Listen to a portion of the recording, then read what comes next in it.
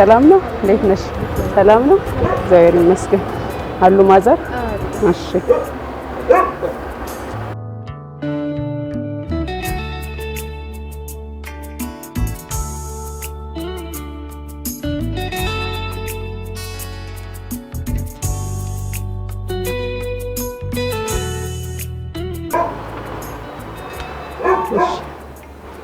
ሰላም ለዚህ ቤት አሜን ለሁላችን እንዴት ነው እግዚአብሔር ይመስገን እንኳን በሰላም መጣችሁ እንኳን ደህና ቆያችሁ እግዚአብሔር ይመስገን እግዚአብሔር ይመስገን ሁሉ ሰላም ነው እግዚአብሔር ይመስገን እሺ እና ሰላም ሁሉ ሰላም ነው እሺ እግዚአብሔር ይመስገን እሺ እርሶም አረፍ ይበሉ ሰላም ጤና ይስጥልን ክቡራን ተመልካቾች እንደምን ቆይታችኋል ከወላይታ ቴሌቪዥን የመዝናኛ መሰናዶቻችን ወደ እናንተ እየደረሱ ይገኛሉ አሁን ደግሞ በጎጆአችን መሰናዶ ወደ አንድ ቤት ጎራ ብለናል እንግዲህ እዛ ቤት ውስጥ ማን አለ ቆይታ ይኖረናል ከፕሮግራሙ የምትከታተሉ ይሆናል ፕሮግራሙን እየመራው እኔ መስከረም ጌታቸው ከካሜራ ባለሙያዎቻችን አበበ ወኬና ወንድማገኝ ኢልጎ ጋር በጋራ ቆይታ እናደርጋለን እስከ ፕሮግራማችን ፍጻሜ ድረስ አብራችሁን ትቆዩ ዘንድ የአክብሮት ግብዣችን ነው እንግዲህ ቀደም ብዬ እንዳስተዋወቅኳችሁ ዛሬ እንግዳ ሆነን አንድ ቤት ሄደናል ስለዚህ ከእንግዳችን ጋር እንተዋወቃለን እስቲ ማን እንበል ስሙትን እስቲ ለተመልካች ራስዎትን ያስተዋውቁልን እሺ በቅድሚያ እናንተ ይሄንን ሚዲያ ይዛችሁ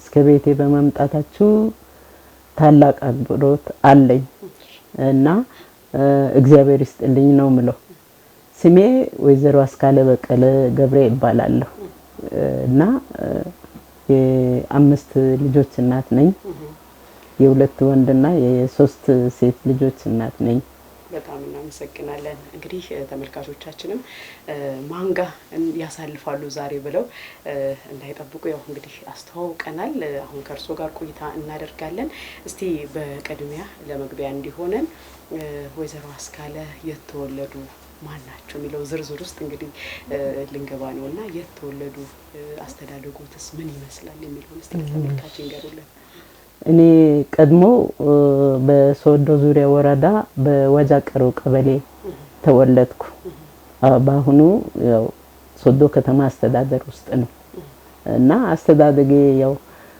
ከቤተሰብ ጋር ነው የነበርኩት እና እድሜ ለትምህርት ስደርስ ትምህርት ከአንደኛ ጀምሮ በወጃክ ዳነ ምሕረት በካቶሊክ ትምህርት ቤት ተመረያለሁ እስከ 6ኛ ከዛ በመቀጠል ቦጋሌ ዋለሎ ከዛ በመቀጠል ሃይ ስኩል መሰናዶ ተመረያለሁ እሺ እንደዛ ያያሉ እንግዲህ ትምህርት ሂደቱ ይቀጥላል ወደ ዩኒቨርሲቲ ኮሌጅ ከዛ ያለኝ ፍላጎት መጀመሪያ ያው ትምህርት እስከ መጨረሻ ለመማር ሳይሆን ያኔ ጥበትም ነበር ሰውም ያለ መረዳት የትምህርት ጥቅም ያለ መረዳት ነበር እና ትምህርት እስከ 12 ያው ተምሮ ትዳር መያዝ ነው ልጅ መውለድ ነው ቤት መስራት ነው ትምህርት በዛን ሰዓት ርቆ መሄድ ያው ብዙም ግንዛቤ ስለሌለ እስከዛ እጃለሁ ከዛ በኋላ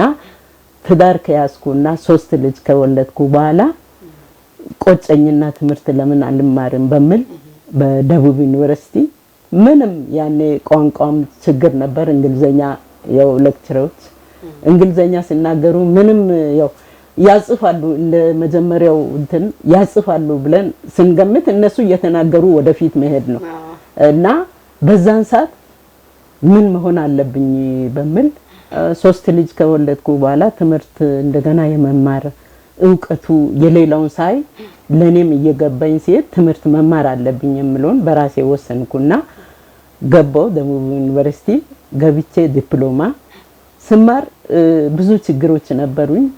ምንድነው አንደኛ የቤተሰብም ችግር ነበር። ወደ ኋላ ልጆችን ማየት እንዴት ትምህርቱን ደግሞ ይወጣለው የሚልም አስተሳሰብ ነበረኝ። በዛ ሁሉ እግዚአብሔር ረድቶኝ ዲፕሎማ ጨርሼ ስራ አጣሁኝ። እንደገና ደግሞ ምን መሆን አለብኝ አልኩ፣ መማር አለብኝ አልኩ። ልጆችን ወደ ቤተሰቦቼ ጋር ወስጄ እንደገና ዲግሪ በአድማስ ዩኒቨርሲቲ ኮሌጅ እንደገና ተማርኩ። ዲግሪ አመጣው። ካመጣው በኋላ ስራ አልነበረኝም። ልጆችን ማሳደግ ወደ ኋላ ተመለስኩና ሌሎች ያልተማሩ ሰዎች ምን ስሉ ነበር፣ ምን ይጠቅማል መማር ተምሮ ያው ቁጭ ለማለት ከኛ በምን ትሻላለች የሚል አስተሳሰብ ነበረው ህብረተሰቡ እና ተስፋም አልቆረጥኩም። በዛ ዲግሪ እንዳመጣው ስራ ፍለጋ ጀመርኩኝ። ልጆችንም በአንድ በኩል በአንድ ጎን እያሳደግኩ ስራ ፍለጋ ጀመርኩ። ስራ አጣሁኝ። እንደገና ከልጄ ጋር ከወለድኩት ልጄ ጋር እንደገና ወደ ኋላ መማር ጀመርኩ። ከ8ኛ ጀምሮ ተመልሼ እንደገና መማር ጀመርኩ። ከዛ በኋላ እግዚአብሔር ይመስገን ስራ ወዲያውኑ አገኘው እና ስራ ተቀጠርኩ። 1999 ስራ ተቀጠርኩ። ከዛ ንብረት ክፍል ኃላፊ ቦጋሌ ዋለሎ ሆኜ ንብረት ክፍል ኃላፊ ሆኜ እዛው ተመደብኩ። እዛው እየሰራው እንደገና ደግሞ ወደ ሴቶችና ህፃናት ጽሕፈት ቤት በመምጣት እስከ ጡረታ እስከምገለል ድረስ እዛው እየሰራ ነበርኩ። በጣም ደስ ይላል። እንደው የወይዘሮ አስካሉ የልጅነት ምኞቶ ምን ነበረ? ልጅ እያሉ እንዲህ ቢሆን ያው ልጆች ይላሉ እንግዲህ በእናንተ ጊዜ አላውቅም እና ምን መሆን ነበር የሚመኙት? ያንንስ መሆን የሚመኙትን ነገር አሳክተዋለሁ ብለው ያስባሉ?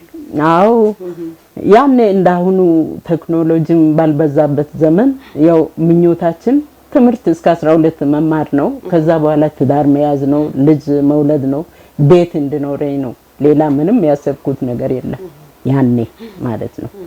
ከዛ ያው ያልኩትን የተመኘሁትን አሳክቻለሁ።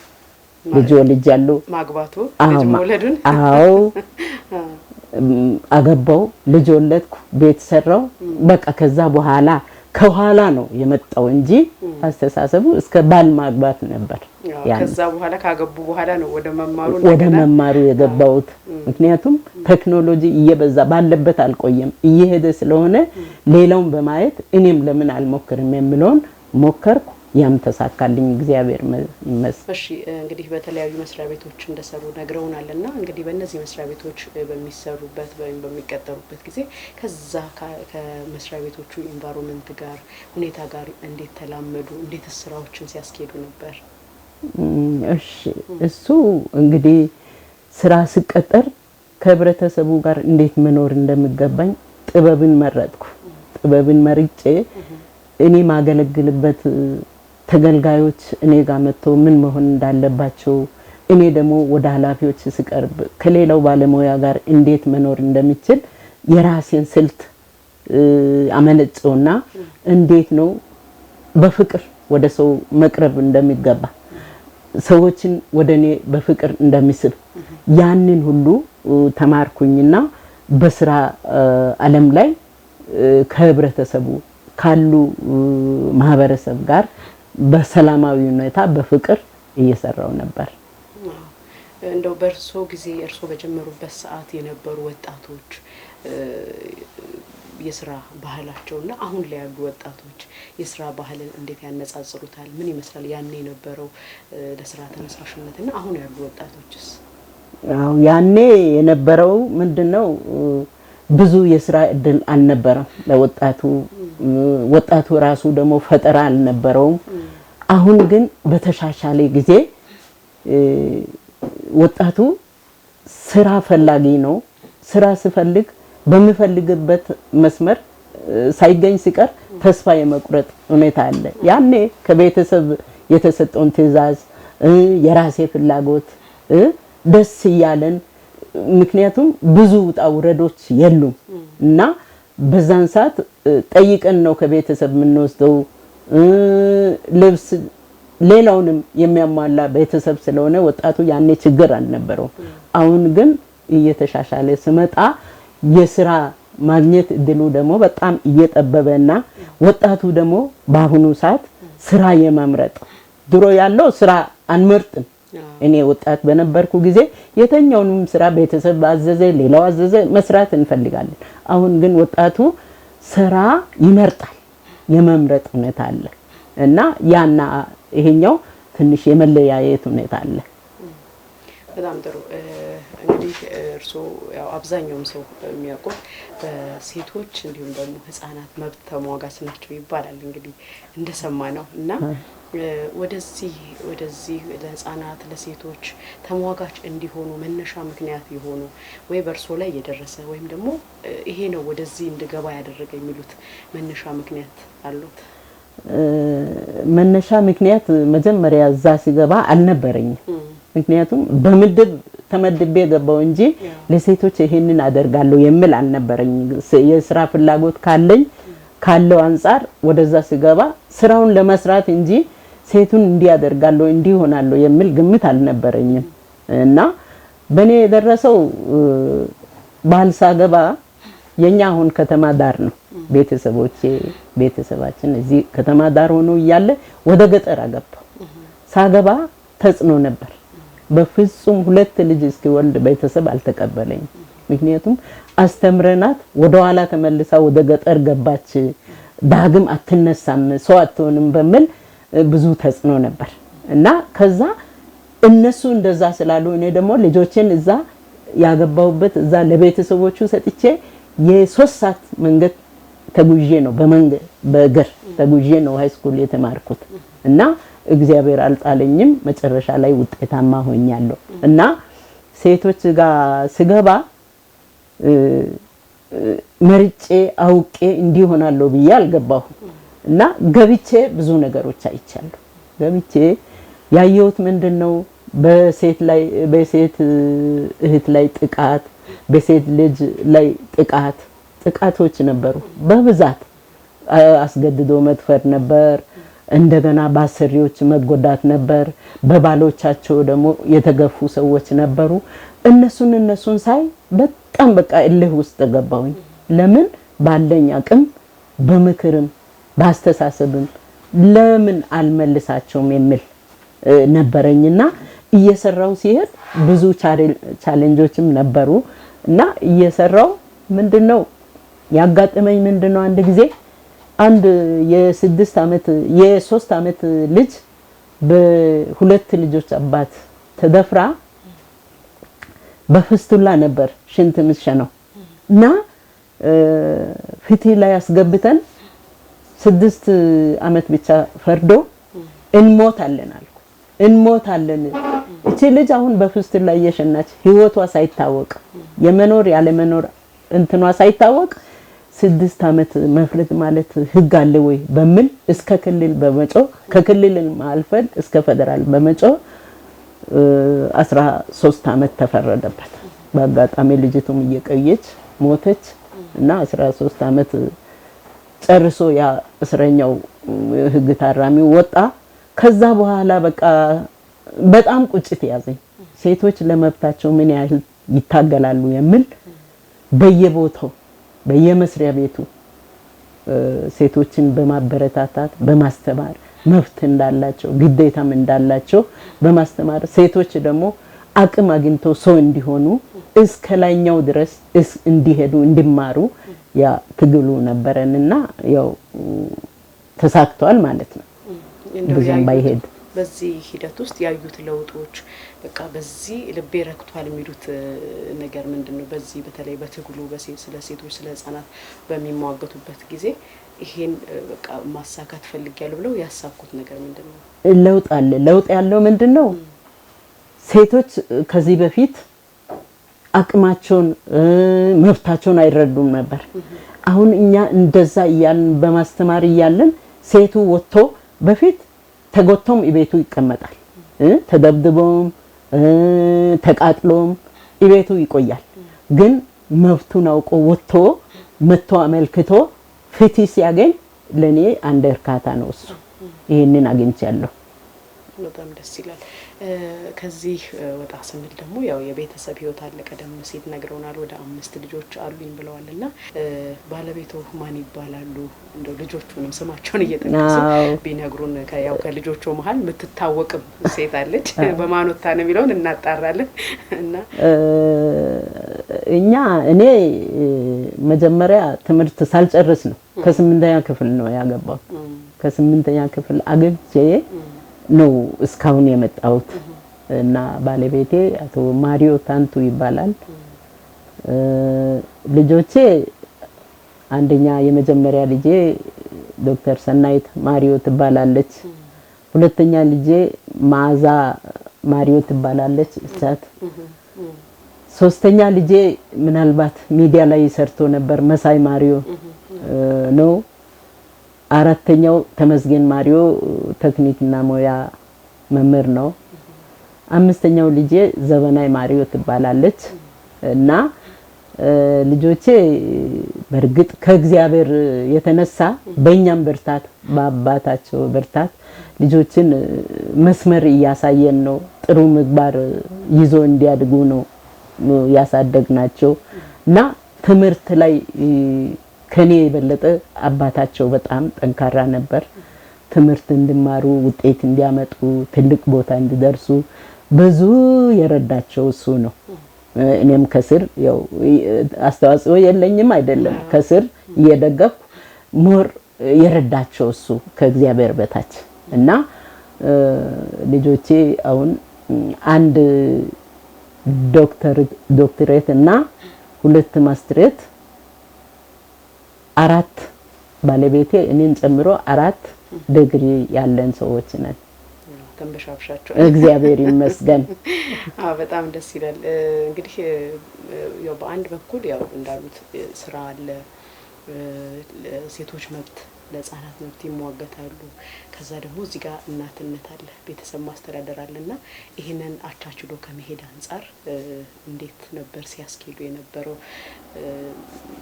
ያለው ጥንካሬን በዛ ውስጥ ይታያልና ምን ይመስላል እስቲ?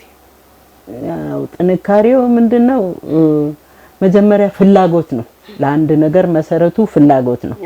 ፍላጎት እዛም የመስራት ፍላጎት፣ እዚህም የማስተዳደር ፍላጎት በተጓዳኝ እየወሰድኩ ነው። እንዴት? እዛ ለምሳሌ ብዙ ቻሌንጆች ነበሩ። እዛ ካላፊም ሊሆን ይችላል፣ ካለው አብረው ከመሰራው ከባለሙያዎችም ሊሆን ይችላል፣ ከህብረተሰቡም ሊሆን ይችላል። ብዙ ቻሌንጆችን አልፈናል እና ያንን ምንድነው አላማ ስላለ ያንን ለማሳካት የቤቴን እቤት ላለው አደራ በመስጠት እዛ ይወጣለሁ።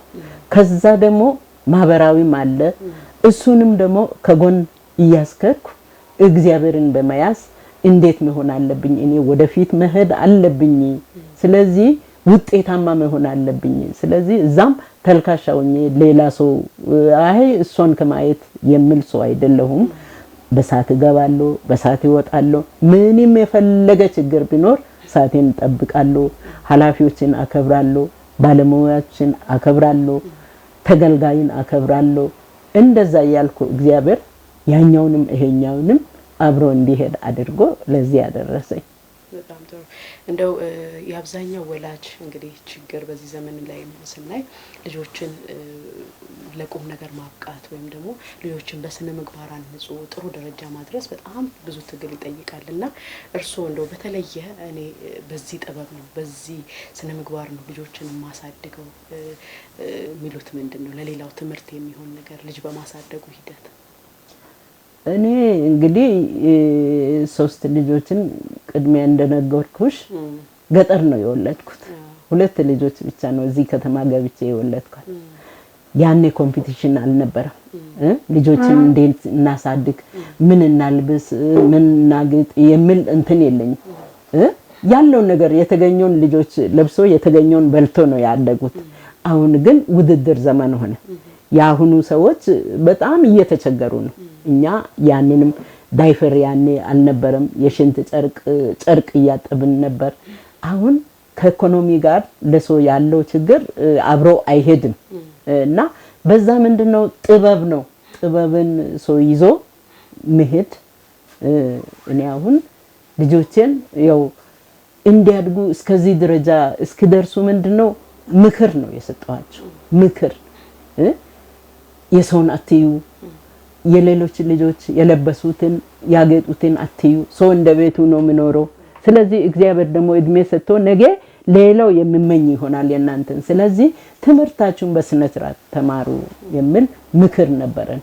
በምክር የአሁኑም ሰዎች ልጆቻቸው ወደ አልባሌ ቦታ እንዳይሄዱ በምክር የሚያስፈልጋቸውን ደግሞ እንደ ቤታቸው ሌላውን በማየት ተቸግሮ ሳይሆን እንደ ቤታቸው ልጆቻችን መክሮ ወደፊት እንዲሄዱ ማድረግ ይሄንን ነው መመክራቸው። በጣም ጥሩ ተመልካቾች እንግዲህ አሁንም ቆይታችን እዚህ ወይዘሮ አስካለ ቤት እንደቀጠለ ነው። እናንተም ጥሩ ጊዜ እያሳለፋችሁ እየተማራችሁ እየተዝናናችሁ እንደሆነም ተስፋ እናደርጋለን። አሁንም ቆይታችን ይቀጥላል እስከ ፍጻሜው ድረስ አብሮነታችሁ አይለይም።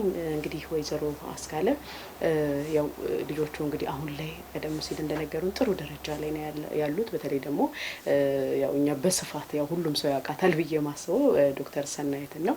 እንግዲህ ሰናይት ማርዮን የማያውቅ የለም። በተለይ ደግሞ በፋሽን ኢንዱስትሪው በሞዴሊንግ አለች፣ በበጎ አድራጎት ስራ ላይ እንዲሁም ደግሞ የዲቻ ስፖርት ክለብን በመደገፉ ሌሎችም በጣም በርካታ ተግባራት ላይ ትሳተፋለች። እዚህ አካባቢ ላሉ ልጆች የስራ እድል እስከ ጣሊያን ድረስ በማመቻቸቱ እንግዲህ የሰማዋቸውና እነዚህ ነገሮች ላይ በጣም ተሳተፋለች እና ሌሎቹም እንግዲህ ቀደም ሲል በሚዲያው ዘርፍ ያሉ አሉ በቴክኒክና ሙያም ብለውናልና ዛሬ ላይ እነዚህ ልጆች እዚህ ደረጃ ላይ ደርሰው ሲያዩ ምን ይሰማዎታል እንደ ወላጅ? እኔ በጣም ከፍተኛ ደስታ ነው የሚሰማኝ። በጣም ከፍተኛ መጀመሪያ ልጆች የእግዚአብሔር ስጦታ ናቸው ነው የሚባለው በመጽሐፍ ቅዱስ። የእግዚአብሔር ስጦታ ናቸው። ይሄ እግዚአብሔር ያደረሰው ከእግዚአብሔር በታች እኛ ድጋፍ አድርገን የደረሱበት ነው እና ልጆች ይሄን ቦታ ደርሶ ሌሎች ወደዚህ ወይኔ እንደ ከለ ልጆች ብሎ ሲሉ በጣም ይሰማኛል። የኔ ብቻ ሳይሆን ሌላው ደግሞ እንደኔ ልጆች ተምሮ ቦታ እንዲይዙ በጣም ከፍተኛ ደስታ አለኝ እና ልጆችን አከብራቸዋለሁ፣ ልጆችን እወዳቸዋለሁ። ለልጆቼ ደግሞ አሁንም ቢሆን ልጆች ናቸውና ከኔ የሚፈልጉት ነገር ስላለ አቅም የፈቀደውን ያህል አደርግላቸዋለሁ። ከፍተኛ ደስታ ነው የተሰማኝ። በጣም ደስ ይላል። እንደው ይሄ የልጆቹ ጥንካሬ ምናልባት የእናንተም ጥንካሬ ነው ብለው ያስባሉ? የእርሶም የባለቤቶትም ጥንካሬ ነው ብለው ያስባሉ? እነሱ ላይ ዛሬ የሚያዩዋቸው ነገሮች እነሱ ነገሮችን ገፍተው የሚሄዱበት አሁን የደረሱበት ደረጃ? አዎ ከቤተሰብ ጀምሮ ነው የኛን ሁኔታ እኛ ምን ያህል እንደምንጥር ከትንሽነታቸው እያዩ ነው ባለው የስራ ተነሳሽነት ምን ያህል እንደሆነ ያያሉ። በህዝብ ዘንድ ተወዳጅነታችንን ያያሉ። ከሰው ጋር እንዴት መግባባት እንደምንችል ያያሉ። እያዩ አድጎ ዛሬ ደግሞ እነሱ ለሌላው አራያ ሆነዋል ማለት ነው። በጣም ጥሩ። እንደው ማረሳው ገጠመኝ የሚሉት በልጅ አስተዳደግ ሊሆን ይችላል፣ በስራ በቤተሰብ ውስጥም ሊሆን ይችላል፣ እንደው በህይወት ልምድ ውስጥ ማረሳው ገጠመኝ ነው የሚሉት የሚያስታውሱት ካለ? እኔ ገጠመኝ ያው ትምህርት ዓለም ላይ ትምህርት ቅድም እንደተናገርኩ ምንም ኮሌጅ ስገባ ብዙ ሄዳለሁ የሚል አልነበረኝም። ወደፊት ሄዳለሁ የሚል አልነበረኝም። ምክንያቱም እወድቃለሁ፣ ይሄ ቃላቱ እየከበደኝ ነው፣ ምን ይሻላል ያልኩ ስል አንዴ ውጤት ላይ ማትስ ውጤቱ ተበላሽቶ ብኝ ነበር እና አንድ አስተማሪ ሀይቅ ላይ ግቡ አለ። ሀይቅ ላይ ለምን ማለት ውጤቱ ተበላሽ ስንለምነው ሀይቅ ላይ ግቡ ሐዋሳ ስል ሀይቅ ላይ እንዴት እንገባለን አልና መተን ብዙ ጊዜ እኔና ጓደኛዬ ያለች ለግል አሰልጣኝ እየከፈልን ማትስ እናጠና ነበር። ጭራሽ እሷ ስትናገር ይገባናል። ወደ ቤት ስንመጣ ማትስ ጭራሽ ጭልም ይጠፋል። በዛ ሰዓት ምን እናደርጋለን ብለን ስንል አይ እንማር ትለኛለች። እኔ አይገባኝም። እኔ በተፈጥሮ ይሄ መሸንደድ አልችልም። የተናገሩትን በጭንቅላቴ ይዛለሁ፣ ከሞላ ጎደል ይዛለሁ፣ እሱን እጠቀማለሁ። ይሄ ደብተር ይዞ መሸንደድ አልችልም እና እምቢ አለኝ። በቃ ማትስ እስከመጨረሻው እምቢ አለኝ። በዲ ነው የተመረኩት በሱ እና እምቢ ብሎኝ መጨረሻ ላይ አልተውም አልኩኝና መጨረሻ ላይ ምረቃ ሰዓት ስደርስ ማትስ ወደኋላ አስቀረ ከሌሎች ሲያስቀር አለቀስን። እሷም እኔም አለቀስንና ምን እንሆናለን ስንል ከኛ ጋር አብሮ እያጠኑ የነበሩ ሰዎች ራሳቸው አለፉና እኛን ትቶ ሄዱ። እኛ ቀረን። ምን ይሻላል ብለን ስናለቅስ እንደገና ተደውሎ በአንድ ትምህርት ወደኋላ የቀራችው ጋዋን መታችሁ ውሰዱ ተባለ።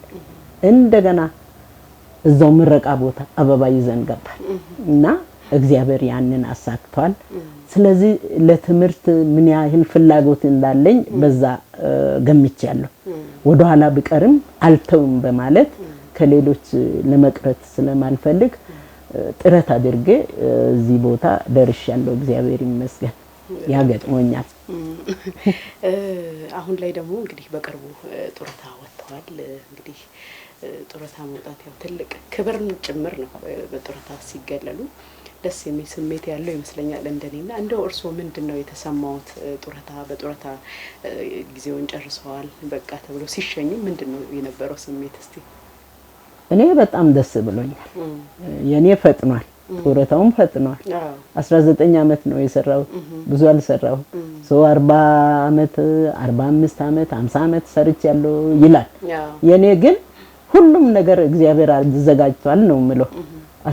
በ19 አመቴ ጡረታ ደርሶ ትወጫለሽ ተብሎ ምንም የፎይታ ጊዜም ሳይሰጥ ወረቀት አምጥቶ ሰው ሀብቱ ሲሰጠኝ ዘለልኩ በቃ እና እግዚአብሔር ይመስገን እድሜ ኖሮ ሰው ገና ደርሳለሁ እያለ የሚሞትበት ጊዜ ደርሶ ሳይበላ የሚሞትበት ጊዜ እግዚአብሔር በህይወት በጤና አኑሮኝ ከልጆቼ አንዱ ሳይነጠል ባለቤቴ ሳይነጠል እኔ ሰላም ሆኜ እግዚአብሔር ለጡረታ ሲያደርስ በጣም እግዚአብሔርን አመሰገንኩ። በጣም ደስ ይላል። እንደው ያው አሁን እንደነገሩኝ ያው ገና መስራት በሚችሉበት እድሜ ነው ጡረታ የወጡትና ብዙም ይጠበቃል። ያው ጡረታ መውጣት ማለት ብዙ ነገሮችን እኮ ከዚህ በኋላ መስራት ይቻላልና እንደው ቀጣይ እቅዶ ምንድነው? አሁን ያው አዲስ ምዕራፍ ነው ጡረታ ከወጡ በኋላና በዚህ በአዲሱ የህይወት ምዕራፎ ምን ለመስራት ነው ያቀዱት? አዎ እንዳልሽው እኔ ፍላጎት አለኝ፣ በብዙ ፍላጎት አለኝ። እድሜ አይገድብም እና አሁን ጡረታ ወጣሁ ብዬ ቁጭ አልልም። የከብት እርባታ አለኝ። እዛ እየሄድኩ እውላለሁ፣ ሰራተኞችን እቆጣጠራለሁ፣ መኖችን ሌሎችን ነገር አቀርብና ከዛ ስመለስ ንግድ ሌላ ዘርፍ ብከፍት እያልኩ አስባለሁ። በእርግጥ ድጋፍ ያስፈልገኛል፣ ኢኮኖሚካል ድጋፍ ያስፈልገኛል። ሌላ ነገር ከፍቼ ብነግድ እላለሁ። በዚህ ዘመን አሁን መኪና ኖሮኝ መኪና ይዤ ቢወጣ የሚል ምኞት አለኝ፣ ግን አይፈቅዱም። ለኔ አሁን ሞራል የምነካ አለ። አሁን አንዳንድ በዚህ እድሜ አሁን መኪና ይዘሽ የሚሉ አይደለም። ፍላጎት ካለኝ እኔ አይደለም መኪና አሁን በዚህ ሰዓት ሞተር ቢሰጠኝ እነዳለሁ። እንግዲህ እንዳሉት ብዙ ነገሮችን ለመስራትም ጊዜ በደንብ ያገኛሉ ብዬ አስባለሁ። የግሉን ለመስራት እንዳሉት የከብት እርባታው አለ፣ ንግዱንም ለመስራትም ያው ንግዱን በደንብ ካጣጣፉት ደግሞ መኪናውም እንዳሉት አለን መኪና አለን መኪና። አንዳንዴ አለመስማት ጥሩ ነው፣ ከኋላ የሚነሱ ነገሮችን። ቆራጥነቱ ደግሞ ከድሮም የመጣ ልጅነት ስላለ እንግዲህ ልጅ 3 ልጅን ቁጭ አድርጎ ትምህርት 3 ሰዓት ጉዞ መማርም ትልቅ ጥንካሬን ይጠይቃልና ያ ወኔ ካለ አሁንም እንግዲህ እውነት ነው እንጠብቃለን። በተለይ በርሶ የህይወት ልምድ ይሄን ነገር አድርጌው ቢሆን ኖሮ እንደዚህ ይሆን ነበር ብለው በህይወቱ የሚቆጩት ነገር አለ? አዎ የሚቆጨው ነገር አለኝ። ምንድነው እሱ? ከመጀመሪያው ጀምሮ ቤተሰብ ትምህርት ቤት እንዳስገቡኝ ትምህርቴን ይዤ ቀጥታ አሁን 12 ጨርሼ አቆማለሁ ባልል ብዙ ይሄድ ነበር እስከ ዶክተሬት ይደርስ ነበር። ያኔ ፍላጎት አልነበረኝም። አሁን ያለው ፍላጎት ድሮ እንዲህ ቢሆን ብዙ ቦታ ይደርስ ነበር፣ ግን ቀርቷል እና አሁንም እግዚአብሔር አልጣለኝም የሚል ቁጭት አለ። ለዚህ አሁን ላለው ትውልድ፣ ለወጣቶች፣ ለሴቶች፣ ለመላው ማህበረሰብ ይሄን ባስተላልፍ ይሄን መልእክት ባስተላልፍ ብለው የሚያስቡት ነገር ካለ እንደው ለተመልካች ቢያደርሱልን። እኔ አሁን ለቀጣይ ትውልድ የማስተላልፈው ምንድነው ጠንክሮ እንዲሰሩ ነው፣ ስራ እንዲፈጥሩ ነው፣ ከሰው ጋር ተግባብቶ መስራት እንዲችሉ ነው፣ ዘዴ መፍጠር፣ ጥበብ መፍጠር፣ አላማ ይዞ መውጣት ነው። ስራን አለመምረጥ፣ ጠንካራ መሆን፣ ከሰው ጋር የመግባባት ባህሪያቸውን አሳድጎ የተኛውም ስራ ትንሽ ነው ትልቅ ነው ብሎ አለመምረጥ። እንደዛ ከሆነ ብዙ ይሄዳል፣ ትውልዱ ብዙ ይሄዳል እና መልካም እድልን እንዲመኙ እየሰሩ ለወደፊት አላማ እንዲጓዙ ይሄንን መክራቸዋለሁ። እንደው ለሴቶች ውስጥ ቅድም ከመብት መሟገቱ ጋር ተያይዞ እርሱ የጀመሩት ነገር አለ፣ ይሄን ደግሞ አጠንክረው እንዲያስቀጥሉ መልእክትን ያስተላልፍ ከፈለጉ? አዎ ሴቶች መብት እንዳላቸው መብትና ግዴታቸውን ለይቶ አውቆ መብታቸውን እንዲጠቀሙ። መብታቸውን እንዴት ይጠቀማሉ? ለምሳሌ የመክሰስ መብት ይኖራቸዋል፣ የመከሰስ መብት ይኖራቸዋል። የማግኘት መብት አሁን ለምሳሌ መሬት በፊት ለሴቶች አይሰጥም፣ አሁን ግን ሴቶች መሬት ያገኛሉ። ግን ወጥቶ ይሄንን ሁሉ ሴቶች ለምሳሌ አሁን ስራ እንደሌላቸው ዕውቀት እንደሌላቸው ይቆጠራል። ግን ብዙ ስራ አለ፣ ብዙ ስራ አለ፣ ዕውቀትም አለ። ሴቶች እስከዚህ ድረስ ያው ፖለቲካውም ከጎን ረድቷቸዋል፣ እግዚአብሔርም ረድቷቸዋል። ስለዚህ መብታቸውን እንዲያውቁ ነው፣ ለመብት እንዲከራከሩ ነው፣ በአንድ ተወስነው እንዳይቀሩ ወደፊት እንዲሄዱ ነው ምኞቴ። እሺ ለተማሪዎች ደግሞ በተለይ አሁን ላይ እርሱ እንግዲህ 3 ልጅ ወልደው ልጆችን አስቀምጠው ቤተሰብ ጋር እንግዲህ ከዛ በኋላ እንደገና ቆጭቶት ደግሞ ወደ ትምህርቱ ተመልሰዋልና አሁን ዘመን ላይ ደግሞ ያሉ ተማሪዎችን የትምህርት ፍላጎታቸውን የሚታይ ነው። አብዛኛውን ጊዜያቸውን በማህበራዊ ሚዲያ ላይ ማሳለፍ፣ አልባሌ ቦታ ላይ ማሳለፎችም አሉና ለነዚህ ወጣቶች እንደው የሚያስተላልፉት መልእክት ካለ ካዩት ካስተዋሉት ነገር? አዎ ትምህርት ለምሳሌ ጠቃሚ ነው፣ ዕውቀት ነው። ትምህርት አሁን ዝም ብሎ መማር ሳይሆን ምን አገኛለሁ ከትምህርት የሚሉን አላማ ይዞ መጓዝ አለባቸው ተማሪዎች። ወላጆቻቸው ደግሞ ለነዚያ ተማሪዎች ድጋፍ ማድረግ አለባቸው። ብትፈልግ ተማር ባትፈልግ ተው የሚልም አለ። አንዳንድ ሰው በትምህርት ብቻ አይደለም የሚልም አለ። ትምህርት ግን ለዕውቀት በጣም ይጠቅማል። ዕውቀት ካለ ደግሞ የተኛውም ስራ የተኛውን ቻሌንጆችን ማሸነፍ ይቻላል።